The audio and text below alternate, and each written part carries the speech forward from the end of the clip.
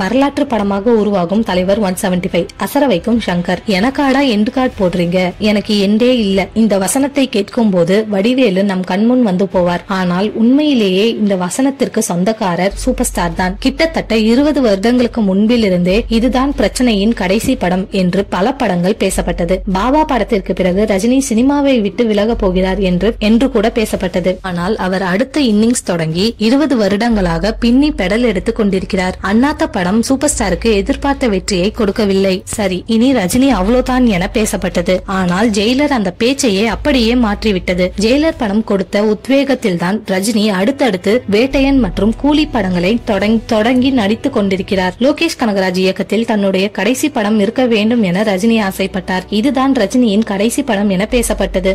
ஆனால் தற்போது வேறு ஒரு தகவல் உருவாகி ரஜினி ரசிகர்களை மட்டுமல்லாமல் ஒட்டுமொத்த சினிமா ரசிகர்களையும் ஆச்சரியத்தில் ஆழ்த்தியிருக்கிறது.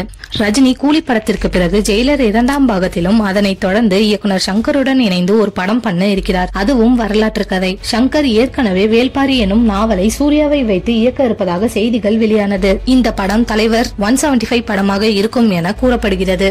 இந்த படம் 1000 கோடி பட்ஜெட்டில் உருவாக இருக்கிறது. ஈரோஸ் தயாரிப்பு நிறுவனம் இந்த படத்தை தயாரிக்கிறது.